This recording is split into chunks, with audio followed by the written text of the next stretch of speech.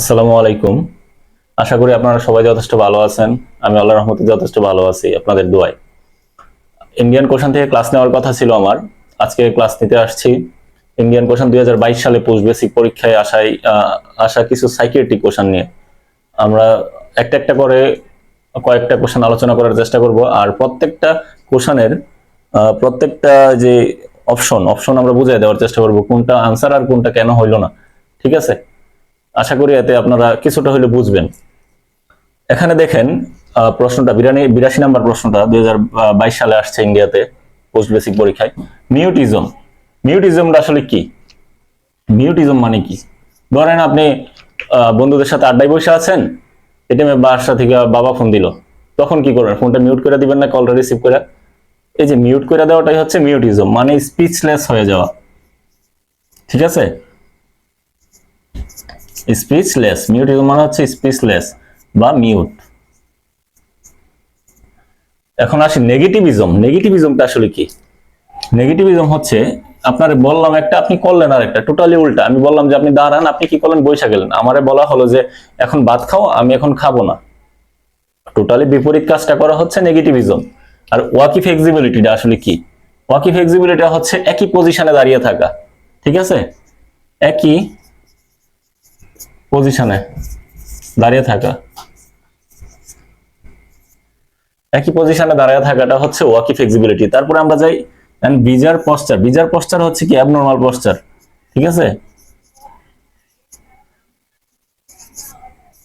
Abnormal posture আর characteristics of, এই প্রত্যেকটা জিনিস আসলে কিসের ক্যারেক্টারিস্টিক্স এখানে বলছে, জানতে চাইছে। মিউটিজম, মিউট করা, নেগেটিভিজম, অ্যাক্টিভিটি হচ্ছে উল্টা হওয়া, এরপর হচ্ছে ওয়াকি ফ্লেক্সিবিলিটি, একই পজিশনে থাকা। এই প্রত্যেকটা কিসের বৈশিষ্ট্য? প্যারানয়েড সিজোফ্রেনিয়া, নাকি হেভি ফ্রেনিক সিজোফ্রেনিয়া, নাকি ক্যাটাটোনিক সিজোফ্রেনিয়া, নাকি নান অফ দেম? কোনোটাই না। এখন আসলে আমরা প্রত্যেকটা অপশন যদি বোঝার চেষ্টা করি, তাইলে আমরা আনসারটা পেয়ে যাব। প্যারানয়েড সিজোফ্রেনিয়াটা মানে কি? প্যারানয়েড সিজোফ্রেনিয়া হচ্ছে, আপনি ধরেন রোগীর ইনজেকশন দিতে গেলেন এজ এ নার্স, রোগী ভাবলো কি ইনজেকশন দিয়ে মাইরা ফেলবেন, রোগী বয়ে শেষ না, আপনারে হচ্ছে সন্দেহ করতেছে, আপনি ইনজেকশন দিয়ে মাইরা ফেলবেন। শুধু শুধু সন্দেহ করাটা হচ্ছে প্যারানয়েড সিজোফ্রেনিয়া। ঠিক আছে, শুধু শুধু সন্দেহ করা। আবার ধরেন যে ডাক্তার আসলো, রোগীরে টাচ করে দেখার চেষ্টা করলো টেম্পারেচার কতটুকু, রোগী ভাবলো যে ছুরি নিয়ে আসছে মাইরা ফেলবে, এরকম কিছু, যে শুধু শুধু সন্দেহ করা, এটা হচ্ছে প্যারানয়েড সিজোফ্রেনিয়া। আবার এই রোগটা সবার আছে। আর কার আছে বলেন তো? প্রত্যেকটা গার্লফ্রেন্ড বয়ফ্রেন্ডের এই রোগ আছে, প্যারানয়েড সিজোফ্রেনিয়া। আশা করি যারা রিলেশনশিপ আছে তারা খুব ভালো বোঝে। তারপরে যে আমরা দ্বিতীয় অপশন, প্রথম অপশনটা যেহেতু সন্দেহ করা, এখানে সন্দেহ করার মতো কিছু তো আমরা বলি নাই, মানে বলা হয় নাই, তাই না? মিউটিজম, এটা কি সন্দেহ করা? ওয়াকি ফ্লেক্সিবিলিটি কি সন্দেহ করা? না। সো এটা বাদ। পরের অপশনে যাই, hebephrenic schizophrenia. Hebephrenic সিজোফ্রেনিয়াটা কি? বাচ্চাদের মতো আচরণ করা, টোটালি বাচ্চাদের মতো আচরণ করা, লজ্জা শরম না থাকা। মনে করেন যে আড্ডা দিতেছে, সবার সামনে প্রস্তাব করা শুরু করে দিছে, মানে সে বুঝতেছে না যে আসলে এটা লজ্জার একটা কাজ, বা তার একটু মানে কি বলবো, লজ্জা শরম টোটালি হারায় ফেলা। এটা হচ্ছে হেভি ফ্রেনিক সিজোফ্রেনিয়া। রাস্তাঘাটে আমরা অনেক পাগলের দেখি কাপড় চোপড় মানে ছাড়াই হাঁটতেছে, ওরা এই রোগে আক্রান্ত। তাছাড়া ধরেন যে মানে পাবলিক প্লেসে কাপড় খুলে ফেলতেছে, এটা হচ্ছে হেভি ফ্রেনিক সিজোফ্রেনিয়া। লজ্জা শরমহীন হয়ে যাওয়া, বাচ্চাদের মতো আচরণ করা, টোটালি বাচ্চারা তো কিছুই বোঝে না, এরকম হয়ে যাওয়া, এটা হচ্ছে হেভি ফ্রেনিক সিজোফ্রেনিয়া। এখানে তো এরকম কিছু নাই, তাই না? এখানে কি এরকম কিছু আছে? আশা করি নাই। So heavy phrenic schizophrenia answer হবে না। এই দুইটা ক্রস। ঠিক আছে, আমরা এবার 3 নম্বরে যাই। 3 নম্বরে যাই, এটা হচ্ছে ক্যাটাটোনিক সিজোফ্রেনিয়া। ক্যাটাটোনিক সিজোফ্রেনিয়া আবার দুইটা ভাগে বিভক্ত। একটা হচ্ছে ক্যাটাটোনিক এক্সাইটমেন্ট, আর একটা হচ্ছে ক্যাটাটোনিক স্টুপর। ঠিক আছে, আর একটা হচ্ছে ক্যাটাটোনিক স্টুপর। ক্যাটাটোনিক এক্সাইটমেন্টে কি হবে? আপনার অ্যাক্টিভিটি বেড়ে যাবে। এই যে ক্যাটাটোনিক এক্সাইটমেন্ট, এটাতে অ্যাক্টিভিটি বেড়ে যাবে। ঠিক আছে, আর ক্যাটাটোনিক স্টুপর যেটা, এটাতে কি হবে? অ্যাক্টিভিটি কমে যাবে। ঠিক আছে, তাহলে দেখেন এখানে কোনোটা মিলে কিনা, অ্যাক্টিভিটি বাইরে গেছে বা কমে গেছে এরকম কিছু হয় কিনা। মিউটিজম, সে মিউট হয়ে গেছে, স্পিচলেস মানে চুপচাপ হয়ে গেছে, তার অ্যাক্টিভিটি বাড়লো না কমলো? অবশ্যই কমছে। নেগেটিভিজম, সে উল্টা কাজ করতেছে বাট বেশি কাজ করতেছে এমন না। ওয়াকি ফ্লেক্সিবিলিটি, একই পজিশনে দাঁড়ায় আছি, আমি এখন দাঁড়াই আছি, আমি আর নড়বো না, এটা হচ্ছে ওয়াকি ফ্লেক্সিবিলিটি।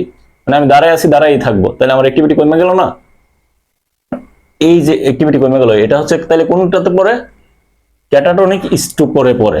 এই কোশ্চেনটা আনসার হচ্ছে ক্যাটাটোনিক স্টুপর, যেহেতু আলাদা কইরা ক্যাটাটোনিক স্টুপর অপশন দেওয়া নাই, সো আনসার হবে হচ্ছে ক্যাটাটোনিক সিজোফ্রেনিয়া। আশা করি আপনারা সবাই এই কোশ্চেনটা খুব ভালোভাবে বুঝতে পারছেন। আর এই কোশ্চেনগুলো আমি প্রত্যেকটা কোশ্চেন যে ক্লাস নিব, প্রত্যেকটা কোশ্চেন বোঝার জন্য আপনারা অবশ্যই চ্যানেলটা সাবস্ক্রাইব করে রাখবেন, কারণ এই চ্যানেলে আমরা ইন্ডিয়ান কোশ্চেনগুলো সলভ করার চেষ্টা করব, বেশিরভাগ কোশ্চেনগুলো। সো প্রত্যেকটা আপডেট এখানে আপনি যেন পান, সেজন্য বেল আইকনটা বাজায় রাখবেন এবং সাবস্ক্রাইব করে রাখবেন। আচ্ছা, আমরা পরবর্তী কোশ্চেনটা দেখি। When a person is unable to recall, মানে সে রিকল করতে অক্ষম হয়, রিসেন্ট ইভেন্ট, সাম্প্রতিক ঘটনা, সাম্প্রতিক ঘটনা সে রিকল করতে অক্ষম হয়, ইট ইন্ডিকেটস। আচ্ছা, রিকল করার কাজটা করে কে? মেমোরি, অবশ্যই মেমোরি রিকল করার কাজ করে, তাই না? আচ্ছা, তাহলে এখানে বলছে যেটা, এটা আসলে কি ইন্ডিকেট করে? রেট্রোগ্রেড অ্যামনেসিয়া নাকি অ্যান্টেরোগ্রেড অ্যামনেসিয়া নাকি সার্কামগ্রেড অ্যামনেসিয়া? আমরা যদি তিনটা ব্যাখ্যা করি তাহলে হয়তো আমরা ইজিলি বুঝতে পারবো আসলে এটা কোনটার মধ্যে পড়ে। রেট্রোগ্রেড অ্যামনেসিয়া, অ্যামনেসিয়া মানে কি? অ্যামনেসিয়া মানে হচ্ছে loss of memory, loss of memory হচ্ছে অ্যামনেসিয়া, ঠিক আছে? তাহলে এখন আমরা দেখি রিসেন্ট ইভেন্ট, মানে সাম্প্রতিক ঘটনাটা সে স্মরণ করতে পারতেছে না, এটাই তো বোঝাইলো। এটা কি ইন্ডিকেট করে? রেট্রোগ্রেড অ্যামনেসিয়া নাকি অ্যান্টেরো? আমরা পড়ি একটু। রেট্রোগ্রেড, রেট্রোগ্রেড অ্যামনেসিয়া কি? রেট্রোগ্রেড অ্যামনেসিয়া হচ্ছে আমাদের অতীতের কথা বা কাজ ভুলে যাওয়া, মেমোরি থেকে লস হয়ে যাওয়া। এক বছর আগে আপনি একটা কাজ করছিলেন বড় সড়ো, বাট এখন আপনার মনে নাই কোন কাজটা করছেন, এটা হচ্ছে রেট্রোগ্রেড অ্যামনেসিয়া। মানে অতীতের কথা বা কাজ ভুলে যাওয়া হচ্ছে কি? রেট্রোগ্রেড। পাস্ট ইভেন্ট ভুলে যাওয়া হচ্ছে রেট্রোগ্রেড অ্যামনেসিয়া। আর অ্যান্টেরিওগ্রেড অ্যামনেসিয়া, অ্যান্টেরিওগ্রেড অ্যামনেসিয়া হচ্ছে অ্যান্টেরিয়র বা অগ্রে, মানে কিছুক্ষণ আগে ঘটছে ঘটনাটা, ঠিক আছে? এটা ভুলে যাওয়া হচ্ছে অ্যান্টেরিওগ্রেড অ্যামনেসিয়া। তাহলে দেখেন অ্যান্টেরিওগ্রেড অ্যামনেসিয়াতে আছে কিছুক্ষণ আগে, রিসেন্ট বা নিউ যে ঘটনাগুলো ঘটছে, আমি একটু আগে ভাত খাইছি এখন আমি ভুলে গেছি, এটা হচ্ছে অ্যান্টেরিওগ্রেড অ্যামনেসিয়া। আনসারটা এটাতেই পড়ে, যেহেতু রিসেন্ট ইভেন্ট বলছে, সে সাম্প্রতিক ঘটনাগুলো ভুলে গেছে।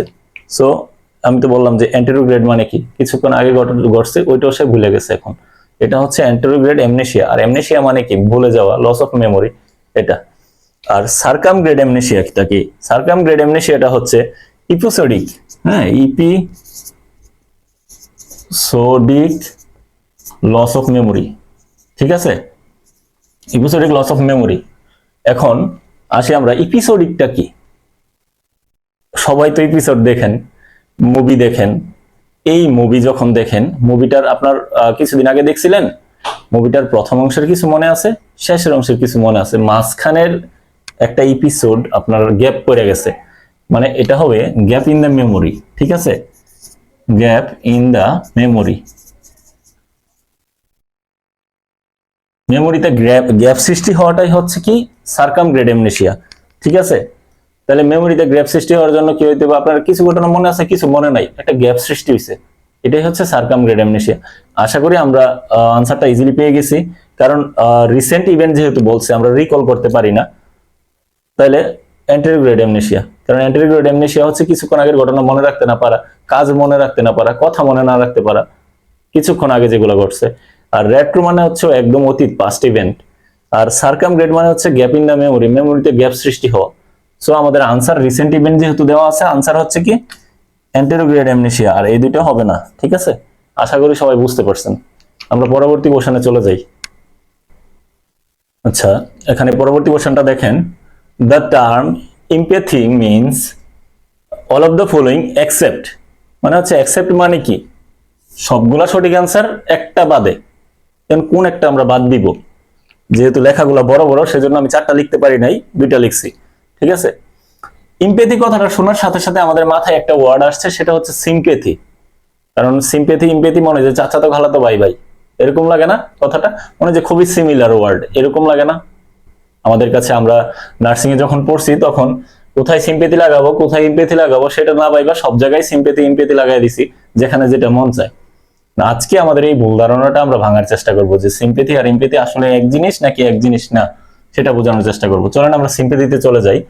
সিম্প্যাথি মানে কি? সিম্প্যাথি হচ্ছে সহানুভূতি। ঠিক আছে, সহানুভূতি। আর ইমপ্যাথিটা কি? ইমপ্যাথিটা হচ্ছে সমানুভূতি।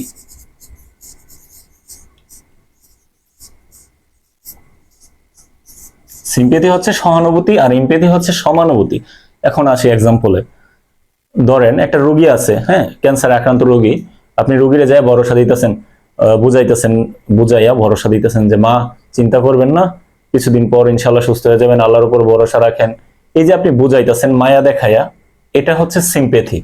ঠিক আছে, এটা কি? সিম্প্যাথি। আর যখন রোগীর ক্যান্সার হয়েছে, আপনি গেলেন, যাওয়ার পর আপনি ভাবলেন যে আরে, মনে মনে ভাবতেছেন যদি ক্যান্সারটা আমার হইতো তাহলে আমার কি হইতো, আপনি আল্লাহর কাছে শুকরিয়া আদায় করতেছেন। এই যে রোগীর জায়গায় বসে চিন্তা করা, একটা হচ্ছে রোগীর প্রতি মায়া দেখায় বোঝানো বা সাহায্য করা, যেটা বলে হচ্ছে সাইকোলজিক্যাল সাপোর্ট দেওয়া, সাইকোলজিক্যাল সাপোর্ট বা মেন্টাল সাপোর্ট। ঠিক আছে, সাইকোলজিক্যাল সাপোর্ট বা মেন্টাল সাপোর্ট দেওয়াটা হচ্ছে সিম্প্যাথি, আর রোগীর জায়গায় বসে নিজের চিন্তা করাটা হচ্ছে কি? ইমপ্যাথি। তাহলে দুটোটা কি এক হলো? সিম্প্যাথি আর ইমপ্যাথি কি এক জিনিস? একটা হচ্ছে আপনি সাপোর্ট দিতেছেন জাস্ট, আর একটা হচ্ছে ওনার জায়গায় বসে আপনি চিন্তা করতেছেন। এক জিনিস না অবশ্যই। আরেকটা এক্সাম্পল দেই। ধরেন আপনার বান্ধবীর রিসেন্টলি ব্রেকআপ হয়েছে, তো সেক্ষেত্রে আপনি কি করবেন? তারে বুঝাইবেন যে চিন্তা করিস না, একটা গেছে তো কি হয়েছে, সামনে আরেকটা নতুন আসবো, বা ধৈর্য ধর, এর চেয়ে বেটার কিছু পাবি। এটা তো আপনারা সবাই বুঝান। এই যে এটা বললেন, এটা হচ্ছে সিম্প্যাথি। আর যদি ওরে দেখে আপনি ওর জায়গায় নিজের বসায় চিন্তা করতেন, আমার যদি এমন হইতো, আরে আমি কি করতাম, আমি তো সুইসাইড করে ফেলতাম, আমি তো এটা করে ফেলতাম, ওইটা করে ফেলতাম। এই যে ওর জায়গায় বসে আপনি চিন্তা করতেছেন, ওইটা হচ্ছে ইমপ্যাথি। আশা করি আমি বুঝাইতে পারছি। দুইটা টোটালি আলাদা জিনিস, কখনোই এক জিনিস না। সো অপশনে যাই আমরা। এখানে ইমপ্যাথির কথাটা বলছে, তাই না? অপশনে যাই, দেখেন যেহেতু এক জিনিস না, তাহলে সিম্প্যাথিক ওয়ার্ডটা সঠিক হবে না। An ability to sympathise with the patient. তো বললাম তো দুটোটা আলাদা কথা, আলাদা মানে টোটালি আলাদা মিনিং করে। সো এমপ্যাথিতে সিম্প্যাথাইজ কথাটা ইউজ হবে না, সো এটা বাদ। প্রথমটাই হচ্ছে বাদ। যেহেতু অ্যাকসেপ্ট বলছে, অ্যাকসেপ্ট বলাতে কি হয়েছে যে কোনটা বাদে সবগুলা সঠিক, এটা তো আমরা বাদ, মানে হচ্ছে এটা সঠিক, তাই না? বাকি সবগুলাই হচ্ছে এমপ্যাথিতে পড়ে। রাইট, অ্যাকসেপ্ট বলাতে আমাদের যেটা ভুল আছে, মানে এই যে অ্যাকসেপ্ট বাদ দিলে আমাদের ভুল কোনটা দেখেন। যদি আমরা অ্যাকসেপ্ট বাদ দিই, আমাদের ভুল হচ্ছে এটা, an ability to sympathize with the patient, এটা ভুল অ্যাকসেপ্টটা বাদ দিলে। আর যদি আরে এটা হ্যাঁ, এখন অ্যাকসেপ্ট দেওয়াতে কি হয়েছে, এটা রাইট হয়েছে, বাকি সব ঠিক আছে, তাই না? ওকে, আশা করি এটাও বুঝাইতে পারছি। ধন্যবাদ সবাইকে কষ্ট করে ভিডিওটা দেখার জন্য। আমরা এগুলা সম্পর্কে ডিটেলস জানবো। আমাদের আজকে কিছু ধারণা ক্লিয়ার হবে, যেমন হচ্ছে হ্যালুসিনেশন, তারপরে ইলুশন, ডিলুশন, তারপরে হচ্ছে ডেলিরিয়াম, ডিমেনশিয়া, যেগুলো আমাদের সবসময় প্যাচ লাগে, এগুলো আমরা আজকে মোটামুটি ক্লিয়ার করার চেষ্টা করবো ইনশাল্লাহ। এখানে কোশ্চেনটা দেখেন, a person is said to have illusion when there is, সোজা কথা হচ্ছে ইলুশনটা আসলে কি এটা জানতে চাইছে। অপশন দিয়েছে misinterpretation of actual stimuli, আর হচ্ছে সেন্সরি ডিস্টোরেশন। দুইটা অপশন লিখছি, আর বাকিগুলো লিখি নাই কারণ জায়গা কম। তো এখন আমরা অনেকেই হয়তো উত্তরটা পারি, বাট বুঝি না ব্যাপারটা ক্লিয়ারলি। আমি আজকে মোটামুটি ক্লিয়ার করার চেষ্টা করব। এই যে ইলুশন শব্দটা, ইলুশন বা হেলুসিনেশন, এই দুইটা ওয়ার্ড যখনই আমরা দেখবো, আমাদের মাথায় একটা কথাই আসবে যে এই দুইটা হচ্ছে পারসেপশন ডিসঅর্ডার। আর কোনো ডিসঅর্ডারই পারসেপশন ডিসঅর্ডার না। ঠিক আছে, এই দুইটা হচ্ছে পারসেপশন ডিসঅর্ডার। তাছাড়া এগুলোর মধ্যে যে ইলুশনের মতো আছে ডিলুশন, আছে হচ্ছে ডেলিরিয়াম, ডিমেনশিয়া, ওইগুলা কিন্তু পারসেপশন ডিসঅর্ডার না। পারসেপশন ডিসঅর্ডার বলতে আমাদের বুঝতে হবে হ্যালুসিনেশন আর হচ্ছে ইলুশন।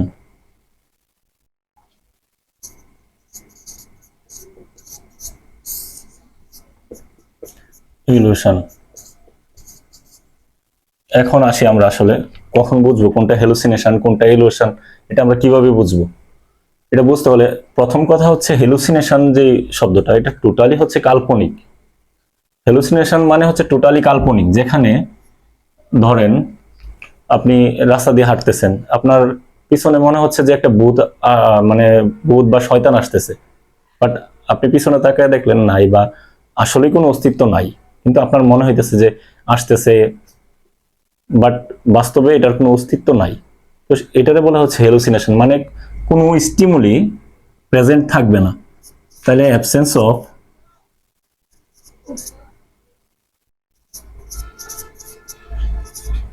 অ্যাকচুয়াল স্টিমুলি, ঠিক আছে? অ্যাকচুয়াল স্টিমুলিটা অ্যাবসেন্ট থাকবে। না, আরেকটা এক্সাম্পল দিই। ধরেন আমি এখানে দাঁড়ায় আছি, আমার কাছে মনে হইতেছে যে আমার পাশে এখন ধরেন ঐশ্বরিয়া দাঁড়ায় আছে, আসলে কি আছে? নাই। এই যে আমার যে ভুল মনে হওয়াটা টোটালি কাল্পনিক, কারণ এখানে তার কোনো অস্তিত্ব নাই। যে ঐশ্বরিয়ার কথা বললাম, যে স্টিমুলিটার কথা বললাম, এটার কোনো অস্তিত্বই নাই। অস্তিত্বহীন একটারে যদি আমরা কল্পনাতে মানে দেখি, এটারে বলা হচ্ছে হেলুসিনেশন, মানে স্টিমুলি অ্যাবসেন্ট থাকবে। আর ইলিউশনের ক্ষেত্রে যেটা হবে, ইলিউশনের ক্ষেত্রে হচ্ছে ধরেন রাস্তায় একটা রশি পড়ে আছে, আপনি আসতেছেন, রশিটারে সাপ মনে হইলো, মানে একটা স্টিমুলি আছে, বাট আপনার মনে হইলো আর একটা। এই যে একটা ভুল বুঝলেন, হ্যাঁ, একটা ভুল দেখলেন, এটারে বলা হচ্ছে মিস ইন্টারপ্রিটেশন। ভুল দেখাটা হচ্ছে কি মিস ইন্টারপ্রিটেশন, ঠিক আছে? ইলুশনের ক্ষেত্রে আমাদের মিস ইন্টারপ্রিটেশন হবে, বাট হ্যালুসিনেশনের ক্ষেত্রে আমাদের স্টিমুলি থাকবে না, ইলুশনে স্টিমুলি থাকবে, ঠিক আছে?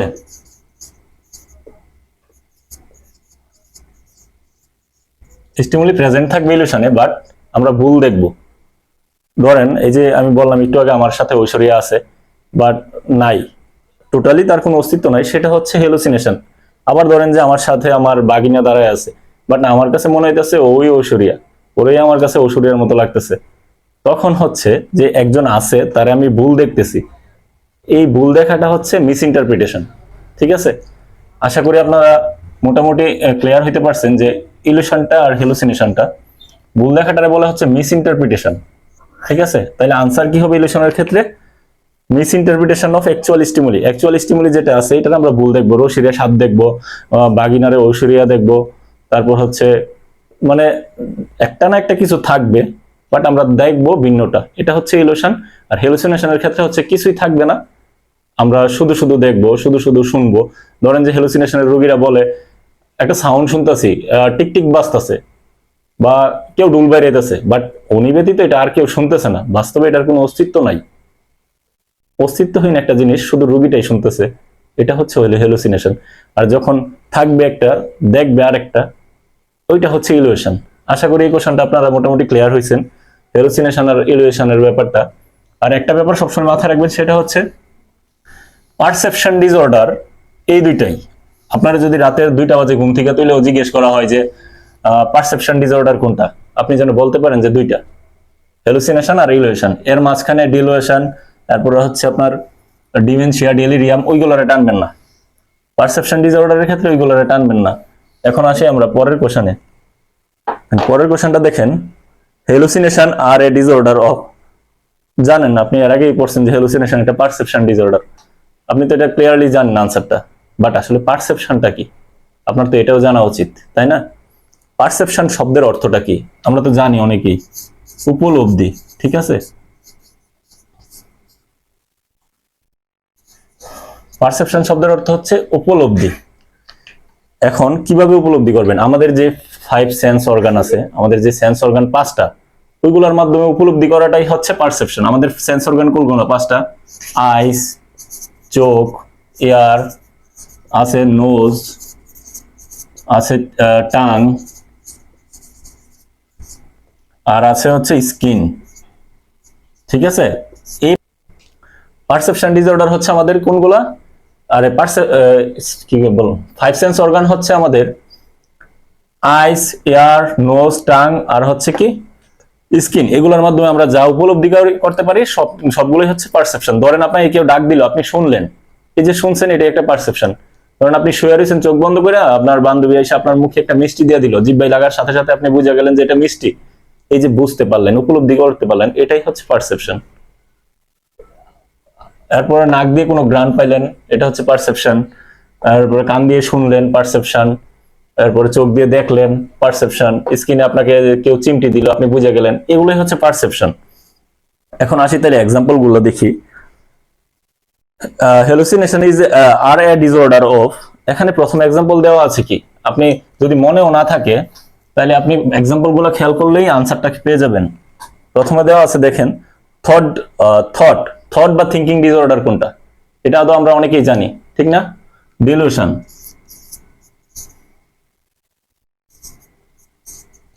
ডিলুশন হচ্ছে থট বা থিঙ্কিং ডিসঅর্ডার। এখন এটা কিরকম হয়? ধরেন আপনার ফেসবুক পোস্টে কেউ লাভ রিয়েক্ট দিল, দেওয়ার পর আপনি তার নিয়ে সংসার পাততে শুরু করলেন কল্পনাতে। এই যে আপনার কল্পনা শক্তির একটা সমস্যা, এটা হচ্ছে ডিলুশন। তাছাড়া ধরেন আপনি গোসল করতে গেছেন, সাবান দেখে আপনার মনে হইতেছে যে সাবান তো খাড় দিয়ে তৈরি, আমার শরীরে লাগাইলে শরীর পুড়ে যাইব। এই যে চিন্তা ভাবনার একটা সমস্যা, এটা হচ্ছে ডিলুশন। ধরেন আমি খবর দেখতেছি বা আপনি খবর দেখতেছেন, লোকটা কথা বলতেছে দেখতেছেন, লোকটা তো নিউজ নিউজ পাঠ করতেছে, তাই না? কিন্তু আপনার কাছে মনে হইতেছে যে লোকটা আপনার বকা দিতেছে বা আপনার সাথে আপনার ব্যাপারে কিছু বলতেছে।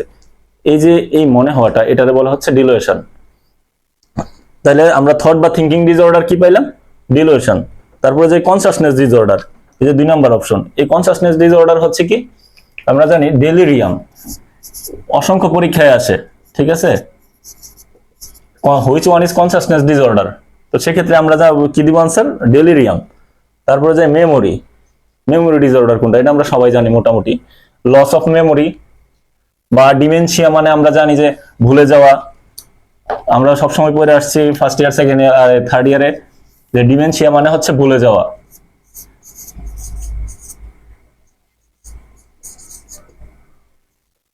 ডিমেনশিয়া। তাহলে লস অফ মেমোরি হচ্ছে কি? ডিমেনশিয়া, মনে রাখতে না পারা, এটা হচ্ছে ডিমেনশিয়া। তাহলে আমরা এখন 3টা অপশনের কোনোটাই মিলল না, বাকি আছে পারসেপশন। So answer perception. ঠিক আছে, আশা করি আপনারা সবাই মোটামুটি ক্লিয়ার হয়েছেন। আর আমরা এইভাবে একটু একটু করে ইন্ডিয়ান কোশ্চেনগুলো সলভ করার চেষ্টা করব।